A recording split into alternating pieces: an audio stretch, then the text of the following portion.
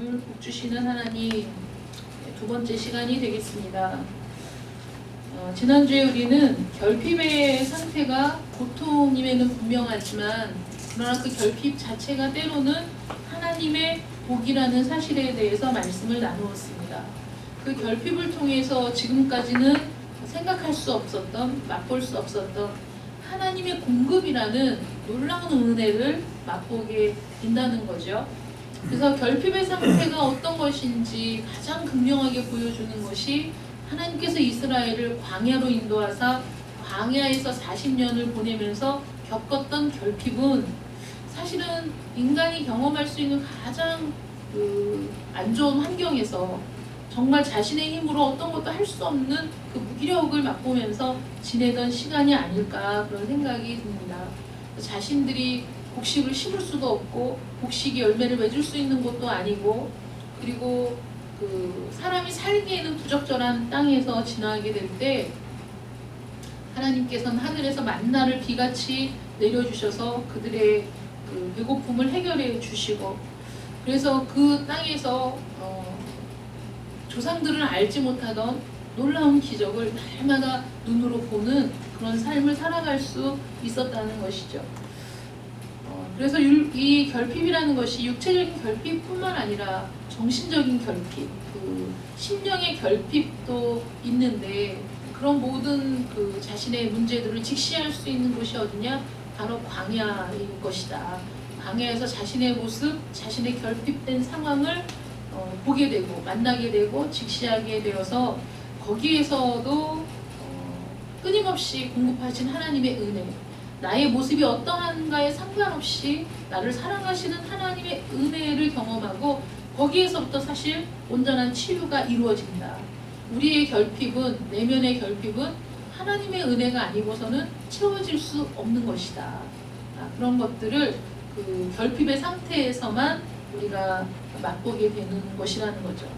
그래서 어떤 상황에서도 나를 포기하지 않는 하나님의 은혜, 나를 사랑하는 하나님의 그 사랑, 그것만이 우리가 붙들어야 할 유일한, 우리가 신뢰해야 되는 유일한 길임을, 유일한 피난처임을 알게 된다는 거죠.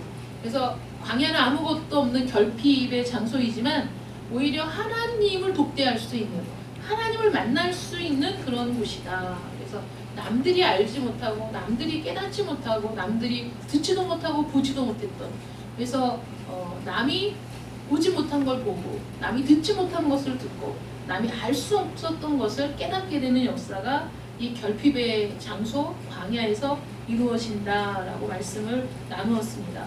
오늘 함께 나눌 말씀은 그 광야가 하나님께서 이스라엘을 낮추시는 장소였다.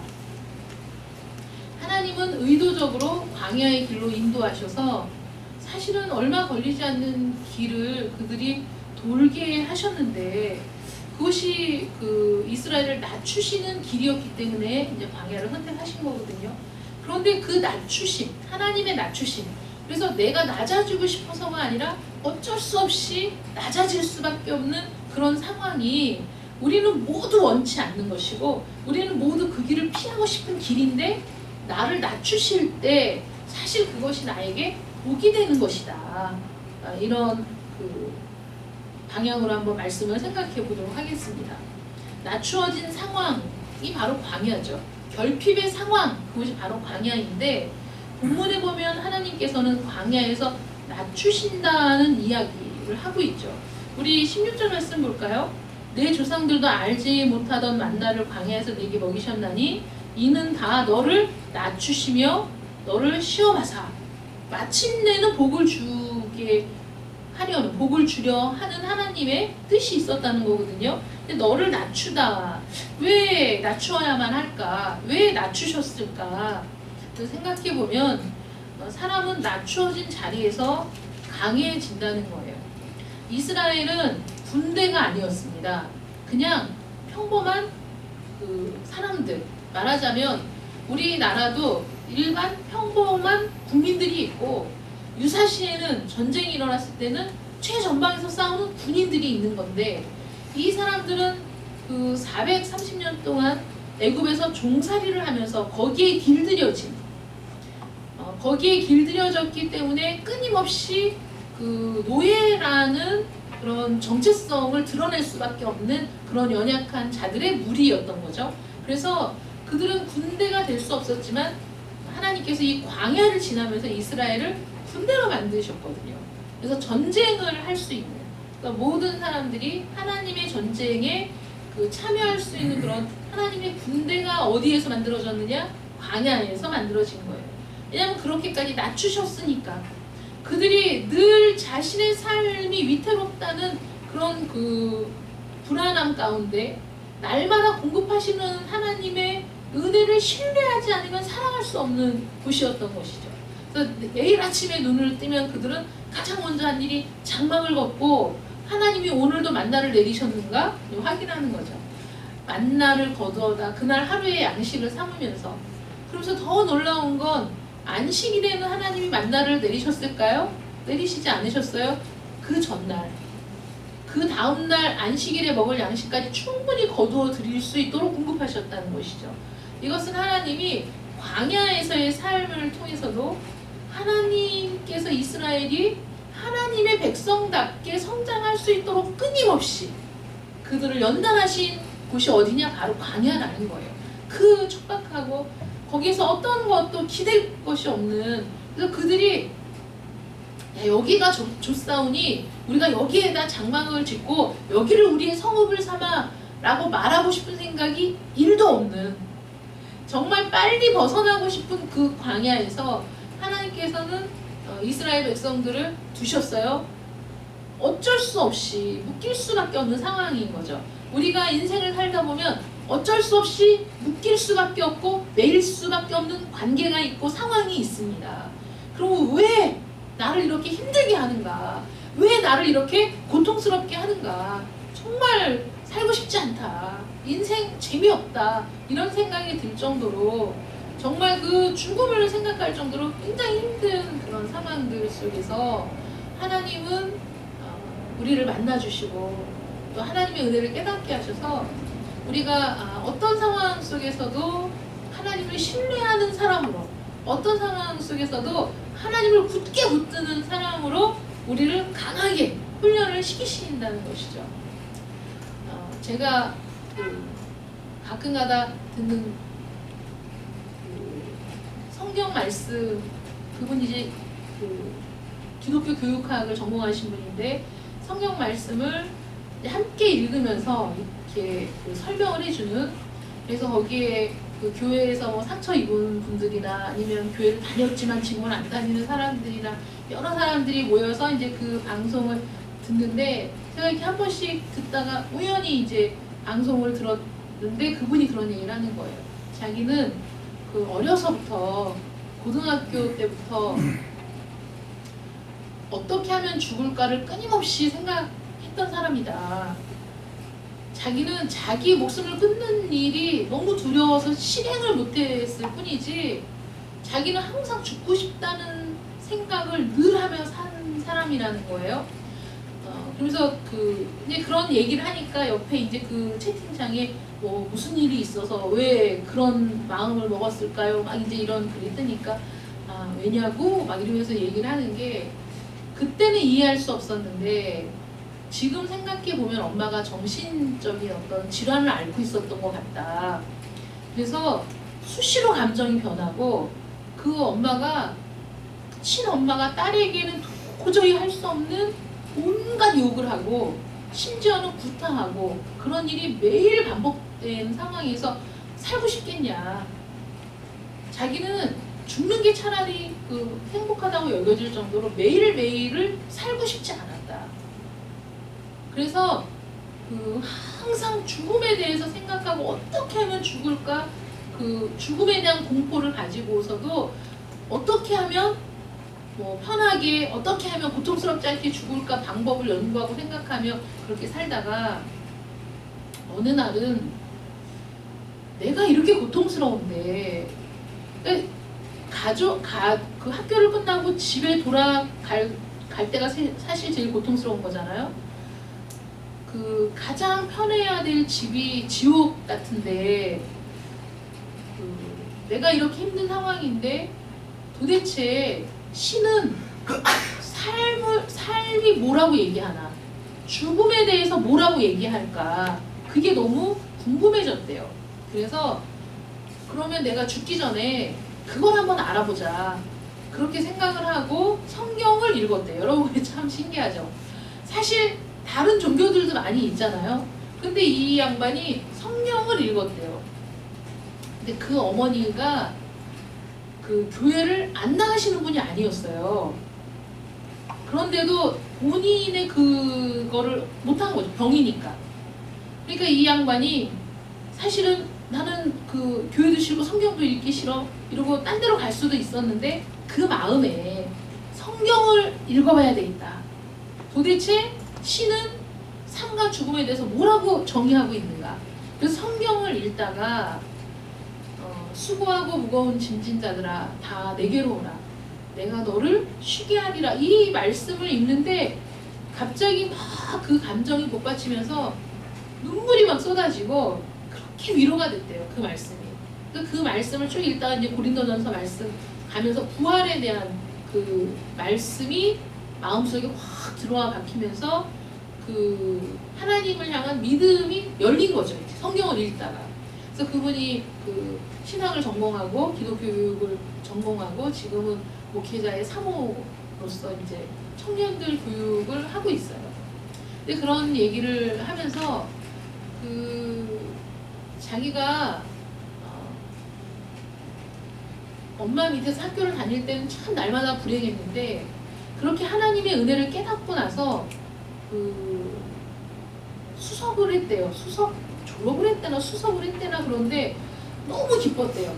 자기가 수석을 했다는 게 너무 기쁜데 이 기쁜 마음, 너무 감사하고 너무 기쁜데 이걸 누구에게 이걸 표현할까, 그런 마음이 들었는데 자기가 그 기쁨을 표현할 수 있는 하나님이 계시다는 사실이 너무 기쁘고 감사했대요. 부모가 아니라 하나님께 내가 이 기쁨을, 이 감격을 내가 표현할 수 있는 하나님이 계시다는 것. 그래서 그 하나님을 자기는 그 두려움이 아니라 뭐 징벌하시고 안 믿으면 지옥에 보내시고 이런 두려움이 아니라 기쁨과 즐거움으로 하나님을 신뢰하고 하나님을 찾고 그 하나님이 계심을 감사하는 그런 신앙을 갖게 됐다, 이런 얘기를 하는데 제가 그 얘기를 들으면서 참 은혜가 됐어요. 그분이 그런 고통의 시절을 겪었기 때문에 동일한 고통을 겪고 있는 사람들을 사실 위로할 수 있고 그들의 마음을 또 만져줄 수 있는 거거든요. 거기가 그 하나님께서 그 사람, 하나님이 왜 나를 이런 가정에, 하나님이 나를 왜 이런 고통 속에가 아니라 그 사람이 발견한 건, 그분이 발견한 건 그 고통의 자리, 그 낮아짐의 자리가 하나님을 만나는 자리였을 뿐만 아니라 자신의 내면을 더욱 강하게 해서, 그래서 어떤 시련이 와도 굴복하지 않고 앞으로 나갈 수 있는, 보기에는 여리고 연약해 보이는 외모를 갖고 있지만 그 속은 굉장히 강단 있고 그 내면이 아주 강해서 어떤 그 어려움도 극복할 수 있는 그런 그 믿음의 사람으로 변화가 되었다는 것이죠. 그것이 나중에 그런 삶을 통해 마침내는 고백하는 게 뭐냐면 하나님의 은혜였다고 고백하는 거예요. 그러니 그 힘들고 고통스러운 시간을 지내는 것도 우연이 아니고 그것이 그 어쩔 수 없는 그런 상황이라 그 내가 만든 상황이 아니고 뭐 부모 때문에 누구 때문에가 아니라 하나님께서 나를 낮추사 내 마음이 심히 힘들고 고통스럽게 하셔서 결국 거기에서 부활의 길, 영생의 길, 소망의 길을 발견하게 하시는 하나님의 은혜인데, 여러분 모든 사람의 인생이 동일할 수 없고 같은 모양일 수 없는 게 하나님은 여러분 각 사람과 만나시기를 원하시고 여러분들의 각 사람의 그 인생을 하나님께서 인도하시기 때문에 우리에게 정말 딱 맞는 그 십자가를 통해 우리에게 딱 맞는 낮아짐의 자리를 통해서 하나님이 역사하신다는 사실을 믿으시기 바랍니다. 그 의도는 우리를 낙심시키기 위함이 아니라 우리를 강하게 키우기 위해서라는 거죠. 독수리가 자신의 새끼를 기를 때 다 아시잖아요. 높은 절벽에서 그 새끼를 밀어서 떨어뜨려서 그 새끼가 얼마나 당황스럽고 얼마나 놀라고 두렵겠어요. 그러니까는 본능적으로 날개를 파닥이는 거죠. 본능적으로 막 파닥파닥 하면서 떨어질 때 그 어미는 슉 내려가서 그 새끼를 탁 등에 태우고 다시 올라가서 그런 반복적인 훈련을 통해서 그 새끼가 마침내는 자기 몸을 띄울 수 있는 그 비결을 터득하고 창공을 나는 그 멋진 독수리로 성장을 하게 되는 거 아니겠습니까? 그런 고통의 시간, 두려움의 시간, 정말 왜 나에게 그 새끼 독수리가 떨어지면서 왜 나에게 이런 일이 막 이러면서 떨어지지 않겠어요? 이게 갑자기 무슨 일인가? 그런데도 본능적으로 살기 위해 몸부림을 치는, 우리도 그런 낮아짐의 상태, 우리를 낮추실 때 거기서 나에게 왜 이런 일이 막 이러면서 고통스러워서 몸부림을 치며 그런 시간들이 있지만 지나고 나서 보니까 이 모든 것이 하나님의 은혜였구나, 하나님의 다 계획 속에 있었던 거구나 하고 깨닫게 되고 하나님의 은혜에 굴복하게 된다는 거죠. 그래서 출애굽기 19장 4절 6절에 보면 이렇게 말씀하시는 거예요. 나의 애굽 사람에게 어떻게 행하였음과 내가 어떻게 독수리 날개로 너희를 업어 내게로 인도하였음을 너희가 보았느니라. 세계가 다 내게 속하였나니 너희가 내 말을 잘 듣고 내 언약을 지키면 너희는 열국 중에서 내 소유가 되겠고 너희가 내게 대하여 제사장 나라가 되며 거룩한 백성이 되리라. 너는 이 말을 이스라엘 자손에게 고할지니라. 이렇게 말씀하시는 거예요. 또 신명기 32장 10절부터 12절 말씀 보면 여호와께서 그를 황무지에서 짐승의 부르짖는 광야에서 만나시고 호위하시며 보호하시며 자기 눈동자같이 지키셨도다. 마치 독수리가 그 보금자리를 어지럽게 하며 그 새끼 위에 너풀거리며 그 날개를 펴서 새끼를 받으며 그 날개 위에 그것을 엎는 것 같이 여호와께서 홀로 그들을 인도하셨고 함께한 다른 신이 없도다. 이렇게 말씀하시는 거예요. 이스라엘 백성들을 광야로 인도하신 분도 하나님이시고 거기에서 그들을 낮추사 그들을 시험하시고 그들이 그 하나님의 군대로 강하게 성장할 수 있도록 누가 인도하셨냐? 하나님이 인도하셨다. 왜냐하면 그들은 내 백성이 될 자들, 내 소유가 될 자들, 내 거룩한 백성이 될 자들, 제사장 나라가 될 자들이기 때문에 그들이 그러한 일들을 감당할 수 있는 능력을 갖추도록 낮추시고 거기에서 훈련하셨다는 것이죠. 그래서 너희는 열국 중에서 내 소유가 되겠고 너희가 내게 대하여 제사장 나라가 되며 거룩한 백성이 되리라. 이 말씀은 사실 지금도 하나님의 백성인 여러분들에게 하시는 말씀인 거예요. 만민 중에 하나님이 여러분들을 이 열국 중에서 하나님의 소유로 삼으시려고 여러분들 각 사람을 불러내셨고 그리고 제사장 나라가 되게 하려고, 이것은 우리는 이제 하나님의 나라에 속한 사람들이기 때문에 하나님의 나라를, 하나님을, 예수 그리스도를 증거하는 제사장의 역할을 감당하는 것이죠. 이 세상에 대하여. 그래서 제사장 나라가 되고 그리고 하나님의 거룩한 백성이 되게 하시려고 여러분들을 불러내셨기 때문에 여러분들이 하나님이 불러낸 이 인생이 하나님 믿으면 잘 돼야지, 통통해야지, 하나님 믿으면 내 인생의 꽃길만 걷는 일이 이루어지는 거 아닌가? 그것이 아니라는 거예요. 하나님은 반드시 여러분들을 광야를 지나게 하시고 각자의 삶 속에서 고통을 경험하게 하셔서 그 일들을 통해서 여러분들을 더욱 강한 사람으로 변화시켜 나가신다는 겁니다. 여러분, 우리가 어떤 사람에 대해서 이야기를 듣게 될 때 여러분 어떤 이야기에 매혹이 되십니까? 금수저 물고 태어나서 평생 부모 덕에 잘 먹고 잘 살고 남들이 누리지 못하는 모든 그 혜택을 누리고 그렇게 살다가 똑같은 사람 만나서 결혼해서 그래서 평생 아무 걱정 없이 살다가 갖고 있는 그런 자신의 기반을 가지고 좀 사업을 조금 더 확장시키고 그리고 죽었다. 그러면 사실 그 인생 정말 재미없는 인생, 밋밋한 인생이죠. 그러니까 우리가 열광하는 그 삶은 어떤 삶이죠? 그 가혹한 시련을 딛고 또는 엄청난 장애를 딛고 또는 엄청난 고난과 역경을 뚫고 그래서 이 사람이 어떤 일들을 이루어냈다라는 얘기에 우리가 열광하는 이유가 뭡니까? 그런 인생이 우리가 생각할 때 감동을 받는 그런 인생이죠. 야, 정말 저 사람이 어떻게 저런 어려움을 이겨냈을까? 어떻게 저 사람은 그렇게 극심한 그 가난과 싸워서 저렇게 그 부를 쟁취했을까? 그 변화에 우리가 감동하는 거거든요.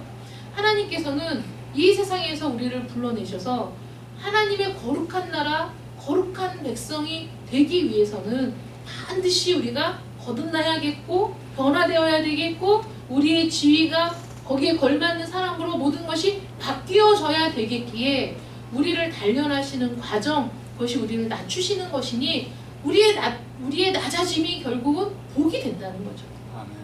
멸망으로 이끄는 게 아니라 생명으로 이끌고 가는 과정 속에서 우리에게 광야를 지나게 하시는 것은 하나님의 은혜이다. 우리 인생의 복이다. 그리고 결코 거기에서 죽게 버려두지 않으셨다. 광야에서 하나님은 그들의 필요를 채워주시고 그들에게 날마다 기적을 베푸시고 그리고 결국은 그들을 가나안으로 인도해 들이신 하나님이시라는 것을 우리가 알 수 있다는 겁니다. 그리고 두 번째, 낮아진 자리에서 거기에서야 우리가 위를 보게 된다는 거예요. 늘 아래로 사람을 내려다보던 사람은 아무리 입으로 인권을 얘기하고 다른 사람을 존중한다고 얘기해도 마음 자체가 그런 마음일 수 없어요. 그런데 낮아지면 위를 보게 되는 거예요. 낮아지면 더 이상 아래는 없으니까. 광야의 낮아짐은 하나님의 은혜를 사모하게 된다는 거죠. 인간은 원래 교만한 존재예요. 그래서 낮아지기 전에는 결코 위를 보지 않아요. 많은 사람들이 갑질 뭐 이렇게 해서 뉴스에 나오면 사람들이 야, 인간이 어떻게 저럴 수가 있어. 사람들 욕하잖아요.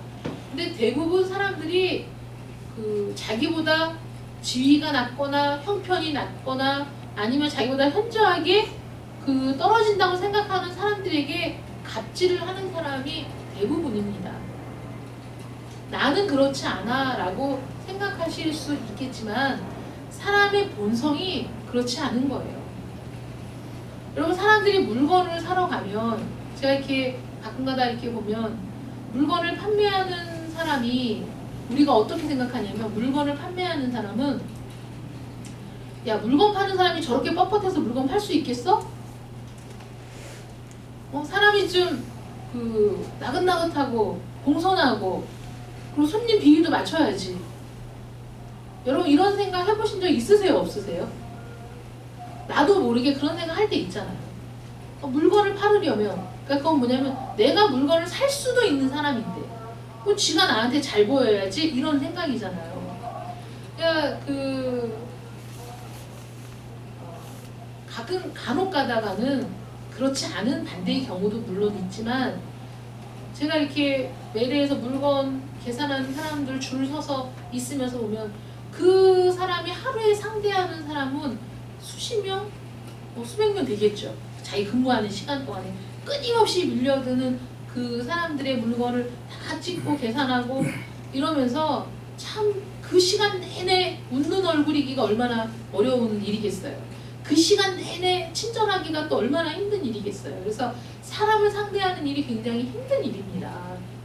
자신의 감정을 속여야 되고 힘들고 어렵고 불편해도 얼굴에 티를 내면 안 되고 이런 일들이 감정의 노동, 그러니까 내 기분과 상관없이 항상 그 동일한 표정을 지어야 되고 동일한 말투를 써야 되는 게 사람이 힘든 일이기 때문에 그것이 쌓이면 여러 가지로 그 몸에 질병이 오고 이렇게 되는 거거든요.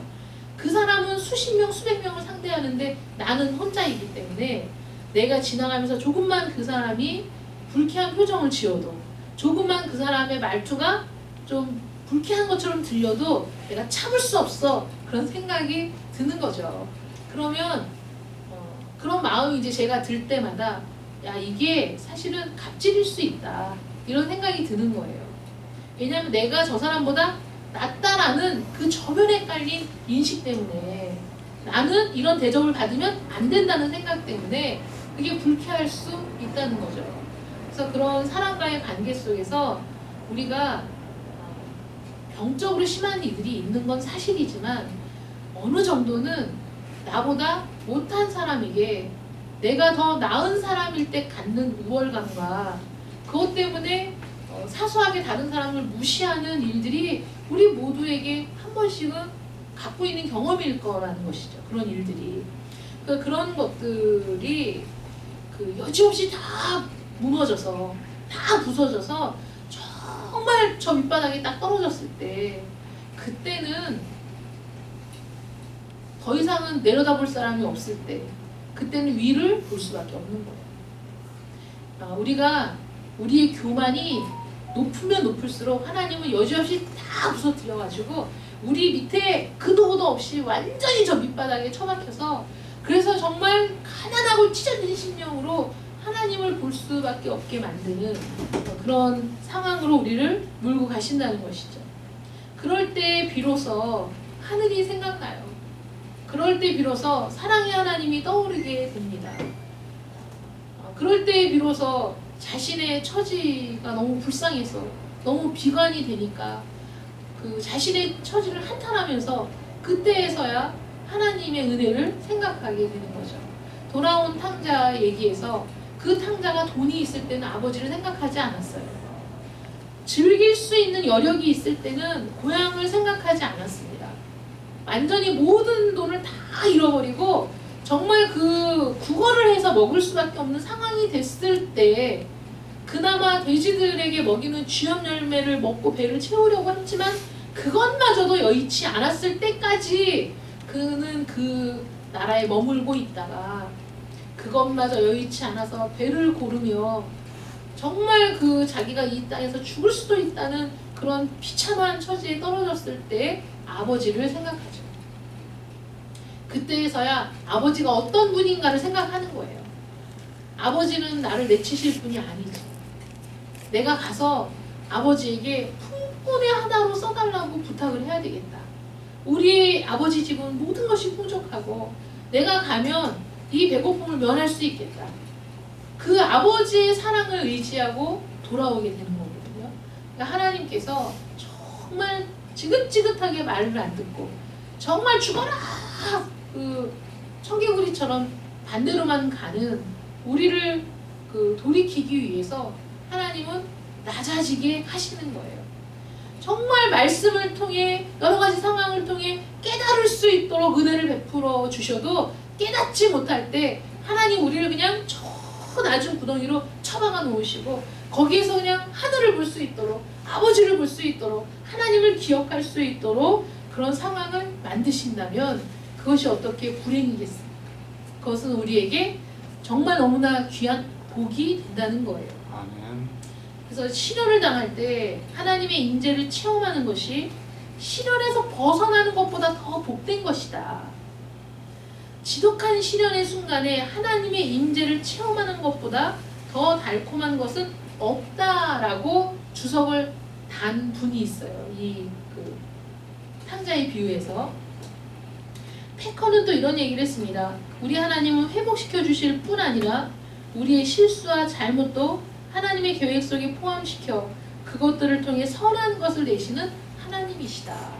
그러니까 우리의 실패와 우리의 그 교만과 이런 모든 것들을 통해서도 하나님 우리를 선한 계획을 가지고 인도하시는 분이시라는 것이죠. 그 다음에 세 번째로는 그 낮아진 자리가 타인에 대한, 그러니까 인간을 이해하는 능력을 기르는 자리라는 거예요. 태어나면서부터 금수저로 죽을 때까지 금수저를 입에 물고 산 사람은 결코 가난한 사람들을 이해할 수 없습니다. 결코 가난한 자들처럼 그런 마음을 가질 수가 없어요. 여러분, 제가 얼마나 많은 사람들의 장례식장을 갔었겠습니까? 얼마나 많은 사람들이 죽음을 애도했겠어요. 그런데 우리 이현숙 권사님이 소천하시고 난 소천의 전과 후는 달라요. 죽음은 나에게 다른 거예요. 의미가 다른 거예요. 우리 엄마가 돌아가시기 전과 엄마가 돌아가시고 난 후 그게 죽음에 대한 기점이 되는 거예요. 예수님이 태어나시기 전이 BC, 예수님이 태어나신 후가 AD라고 기원 전과 기원 후라는 분수령이 됐다면 죽음에 대한 시각이 완전히 바뀐 게 바로 그 순간이었다는 것이죠. 경험하지 않으면 알 수 없는 거예요. 그래서 그 다음에 부모님이 소천하셨다라는 연락을 받으면 그 전에는 소천하셨구나, 아유 어떡하냐 이런 마음이었다면 지금은 눈물이 나요. 누군가가 친정 엄마가 소천하셨다, 친정 아버지가 소천하셨다 이런 부고를 보내면 눈물이 나요. 그걸 경험하고 나니까 그 심정이 이해가 되는 거예요. 그러니 다른 사람이 고통 중에 부르시는 말을 내가 경험하지 않았다면 그 고통을 함부로 폄하할 수 없는 거예요. 그 고통을 당한 사람, 같은 고통을 당한 사람이 동병상련, 그 마음을 내가 알지는 같은 그 고통을 겪은 사람만이 알 수 있다는 거예요. 우리는 미루어 짐작하는 거지. 그런데 그 낮아짐의 자리, 정말 그 고통의 자리에 떨어졌을 때 그 고통을 겪는 사람들의 마음을 누구보다 잘 이해할 수 있게 되는 거, 그게 우리를 낮추셨을 때 우리에게 주어지는 은혜와 복이 된다는 겁니다. 다른 사람과 공감할 수 있는 능력이 정말 우리에게 필요한 거 아니겠어요? 그래서 IQ? 이게 중요한 게 아니야. EQ가 중요해. 감성, 공감의 능력, 그런 것들이 훨씬 더 우리에게 중요하다라고 얘기하는 것이, 여러분 전혀 다른 사람의 그 감정과 또는 고통과 그런 것들하고 전혀 공감할 수 없는 사람을 뭐라고 부르죠? 사이코패스라고 부르는 거 아니에요. 전혀 아무 하등 상관이 없어. 저 사람이 고통을 겪든지 말든지 난 아무 상관없어. 이런 게 사이코패스잖아요. 그런데 우리 모두는 어떤 부족이 있어요. 내가 이해할 수 있는 범위를 벗어나는 것은 이해할 수 없는 거예요. 그런데 삶이 굴곡이 많을수록 사실은 다른 사람을 향한 공감의 폭이 훨씬 넓어진다는 거예요. 그래서 그런 사람들을 대할 때, 그런 사람들을 도울 수 있는 사람이 누구냐? 사실 그런 사람, 고통을 겪은 사람들이 도울 수 있는 거거든요. 그래서 제가 한번 말씀드렸는데 그 아들이 자살한 그 전도사님은 그 사건이 있고 나서부터 그 전의 삶으로는 절대 돌아갈 수 없었다는 거예요, 그분이. 그래서 그 다음에 그분이 하는 일이 뭐냐면 가족 중에 누군가가 자살했을 때 남은 가족들을 상담하고 그들을 살아갈 수 있도록 돕는 일을 하는 일을 하고 있어요. 평생은. 근데 그분이 그 일을 하면서도 자기 아들이 어쩔 수 없는 상황에서 스스로 목숨을 끊은 그 사건은 잊을 수가 없는 거예요. 그 고통 속에서 자신이 몸부림치고 정말 헤어나올 수 없는 고통에 잠겨 있었던 시간들이 있었기 때문에 그 가족을 잃은 남겨진 자들의 고통을 충분히 공감하고 이해할 수 있고, 그들이 그 고통 가운데 살다가 그들마저도 쉽게 죽음을 선택하는 일이 더 많다는 거죠. 그 가족 중에 자살한 사람이 있으면 그 남은 가족들 중에 자살할 확률은 그렇지 않은 집보다 몇 배나 더 높아진다고 그래요. 그래서 그 가족들을 찾아서, 그러니까 그들은 어디에다 도움을 요청해야 될지도 모르기 때문에 이분이 그런 기사를 접하거나 그런 일을 듣거나 그러면 그들을 찾아가서 그들을 도와주고 있는 거예요. 그 일이 얼마나 힘든 일이겠어요, 여러분. 그런 사람, 그러니까 정말 정신적으로 피폐해지고 그 상처 입고 몸부림치는 사람들을 돕는 일은 같이 그 과정을 겪지 않으면 할 수 없는 일이기 때문에 굉장히 힘든 일이거든요. 그런데 그분이 자처해서 그 일을 하는 거예요. 왜냐하면 자기가 겪어보니 이거는 도저히 자기 힘으로 벗어나기가 너무 힘든 일이라는 걸 알았기 때문에 자기가 마지막 순간까지도 그 일을 위해, 그것이 자기의 소명이 된 거예요, 이분이. 그래서 그 전도사라는 직함을 가지고 자기는 그 일에 자기의 모든 걸 바치고 있는 거죠. 저는 그 기사를 읽고 그분의 이름도 잊어버렸고, 그분은 지금도 이름도 없이 빛도 없이 많은 사람들이 한 번쯤은 읽고 지나갔으나 기억하지 않는 그런 삶일지 몰라도 하나님께서 보실 땐 너무나 귀한 일을 하고 계신 분이고, 그분 때문에 새롭게 삶을 개척하려고 회복되는 사람들이 있다는 것이 너무 감사한 일이죠. 그러므로 여러분들이 정말 남들이 이거는 모를 거야. 내가 얼마나 힘든지, 내가 얼마나 고통스러운지 누가 내 마음을 알겠어. 라는 그 고통의 터널을 지나오셨다면, 또는 지나고 계시다면, 사실 그것들은 나와 같은 고통을 겪는 자들에 대한 소명이 될 수 있다는 거죠. 그들을 언젠가는 도울 수 있는 사람이 되는 거예요. 그들의 아픔을 만져주고 위로해 줄 수 있는 사람. 그래서 내가 어떻게 그 고통을, 어려움을 이겨냈는가, 사실 그때 우리가 할 수 있는 말이 하나님의 은혜, 예수 그리스도의 은혜를 얘기할 수밖에 없는 거잖아요. 그러니까 그 은혜를 얘기하는 거죠. 절망의 터널을 지날 때 나에게 빛이 되었던 분, 하나님. 그 하나님 때문에 내가 회복되고 그 하나님의 은혜로 내가 지금 이 자리에 있을 수 있다는 거. 우리가 그냥 가서 전도지를 하나 주는 걸로는 전도하는 것이 어렵지만은 그 사람의 고통이 어떤 고통인지를 충분히 알고 그 고통을 나도 겪었고, 그런데 내가 이렇게 위로를 받았고 내가 지금 이렇게 살고 있다라는 내 삶의 간증이 어디서 나오느냐? 낮아짐에서 나온다. 하나님은 우리가 그런 것들을 경험하지 않으면 다른 사람을 공감하고 이해할 수 있는 능력이 떨어지는 존재라는 것을 아시기 때문에 하나님이 그 낮아짐의 과정을 겪게 하신다. 그래서 성경을 읽어보면 내가 애굽에서 종되었던 때를 기억해라. 광야에서의 일을 기억해라. 이거거든요. 그래서 그 이스라엘 땅에 거류하는 외국인들, 나그네들을 대할 때 너희가 애굽에서 종되었던 때를 기억하고, 그래서 그들을 모질게 대하지 말라는 거예요. 그들을 차별하지 말라는 거예요. 그들의 필요를 공급해주는 자들이 되라는 겁니다. 여러분, 이것이 하나님의 사랑법이에요. 그래서 이스라엘 백성들에게 하나님께서 늘 말씀하신, 여러분 성경을 읽으면 그 얘기가 늘 반복되잖아요. 시편에도 굉장히 많이 반복되고 있는 게 애굽에서의 삶을 기억해라. 그리고 거기에서 건져내신 하나님의 은혜를 기억해라. 광야에서 너희들을 어떻게 보호하셨는지를 기억해라. 기억해야 되는 거예요.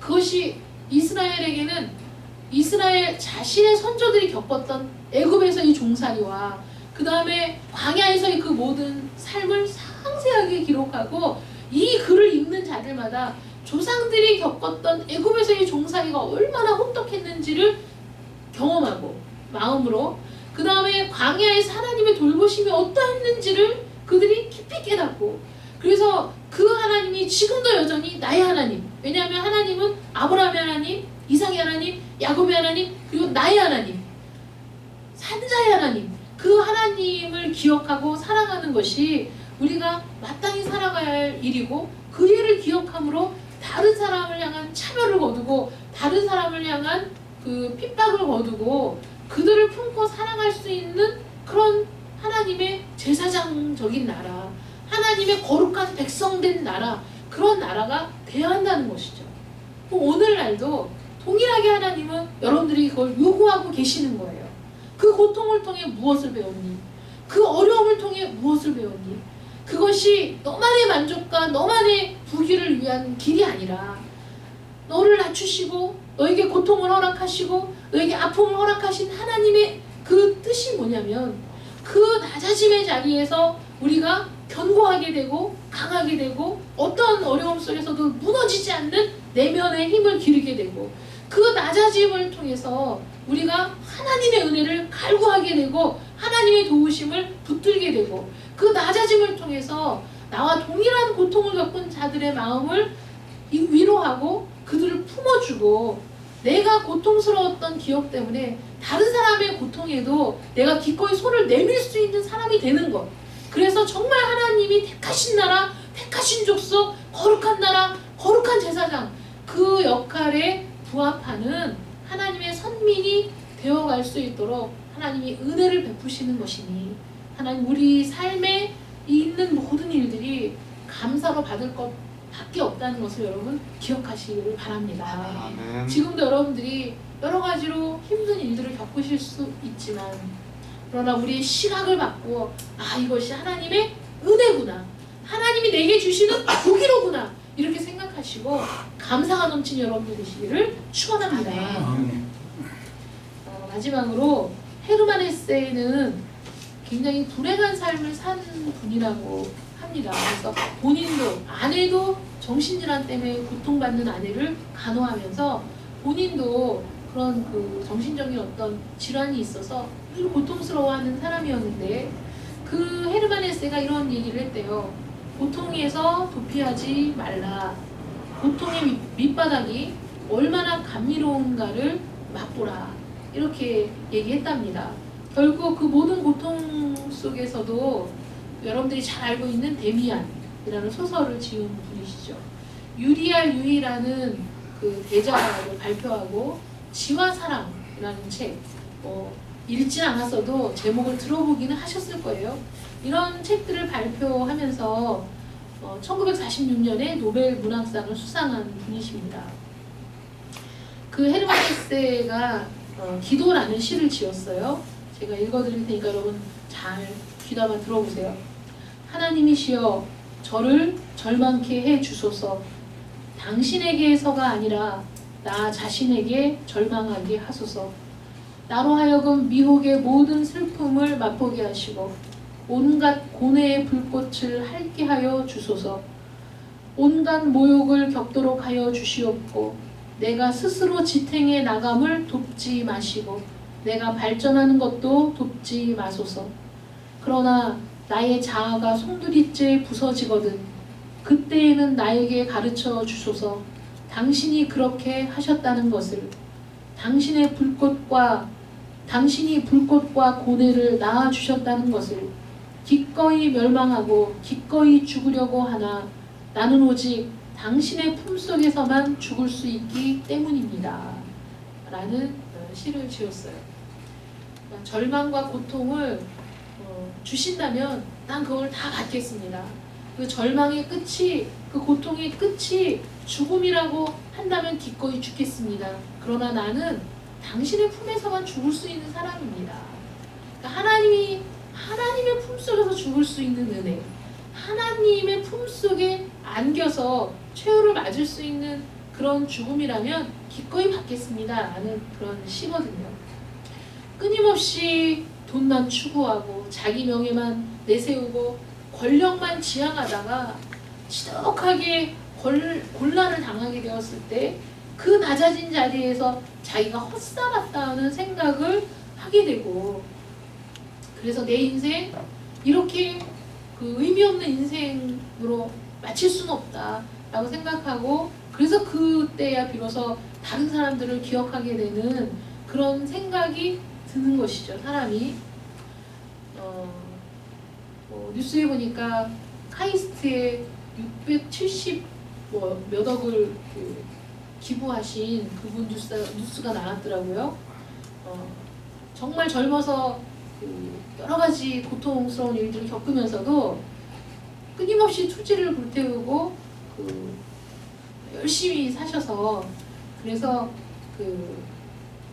인재를 양성하는 것이 얼마나 중요한 일인가를 깨닫고 자신의 재산을 기쁘게 쾌척해서 학생들을 돕고 그들이 열심히 공부할 수 있도록 하는 것이 자신에게도 기쁨이라고 얘기하신 그분. 지금 81세신가? 멋지게 사시는 것 같아요. 거기다가 2년 전인가 첫사랑과 드디어 결혼을 하셔서 두 분이 지금 행복하게 사신다고 하는데, 예. 근데 평생 결혼을 안 하고 그렇게 사시다가 작년인가 재작년인가 첫사랑과 결혼을 하셨대요. 근데 어쨌든 그분의 얘기를 들으면서 야, 여자가 혼자 그 몸으로 81세면은 정말 그 올해 그 옛날에 혼자 억척스럽게 돼지를 키우고 소를 키우고 이러면서 돈을 모아가지고 뭐 강도도 만나고 그 조직폭력배한테 죽을 뻔하기도 하고 하면서도 내가 이렇게 열심히 일해서 버는 돈을 의미 없게 쓸 수 없다라고 결심하고 그래서 그 돈을 의미 있게 쓰기 시작한 게 이제 그 대학에 기부하기 시작한 건데 뭐 총 760억 정도를 기부하셨다고 하더라고요. 그러니까 그 사람이 그 맛없는 인생이 되지 말라고 하나님께서 시련을 주시는데 그 시련을 통해 우리가 나 혼자만의 삶을 지향하지 않고 다른 사람과 더불어 사는 그 인생을 살아간다면 참 의미 있는 인생이 되는 겁니다. 모든 것을 잃어버린 그 자리에서 모든 사람을 얻게 되는 복, 모든 것을 잃었다고 생각한 그 자리에서 모든 것이 회복되는 것을 경험하는 복, 그렇게 소명이 생기고 거기서 비로소 위대한 사람이 탄생하게 되는 겁니다. 그러므로 여러분들의 고난이 크다면, 여러분들의 마음의 고통이 격렬하다면 하나님께서 이 일들을 통해서 여러분들을 더욱 위대한 사람으로 만들어가고 있다는 그 생각을 하시고 하나님께 영광을 돌리고, 그래서 그 낮은 자리에서 하나님의 은혜를 간구하며 하나님의 손을 붙드는 여러분들 되시기를 축복합니다. 기도하겠습니다. 사랑의 하나님 감사합니다. 낮아짐의 자리 그 광야에서 인생을 새롭게 바라보게 되는 역사가 있기를 간절히 원합니다. 우리의 별 볼 일 없는 인생, 우리의 실패한 것 같은 삶이 하나님의 은혜 가운데 온전히 회복되어져서 하나님의 위대한 백성, 하나님의 거룩한 나라, 하나님의 거룩한 제사장의 역할을 감당하는 정말 위대하고 멋진 삶이 되게 하여 주시옵소서. 힘들고 어려운 시간들을 지날 때 오히려 기뻐하고 감사하는 저희들을 되게 하시고 광야의 자리를 지나면서 그것이 하나님이 우리에게 베푸시는 은혜와 축복이라는 사실을 깨닫게 되는 저희들 되기를 간절히 원합니다. 각 자리에서 우리를 불러주셨으니 하나님 우리의 삶을 끝까지 인도하시되 우리 각 사람이 하나님의 은혜 가운데 충만하여지고 성령으로 충만하여지며 하나님을 향한 믿음과 신뢰와 사랑이 더욱 깊어져서 하나님의 뜻에 합당한 자들로 변화될 수 있도록 도와주시고 우리의 변화된 삶을 통해 많은 이들에게 선한 영향력을 끼치는 참된 그리스도인들 되게 하여 주시옵소서. 아멘. 예수님의 이름으로 기도드립니다. 아멘. 아멘.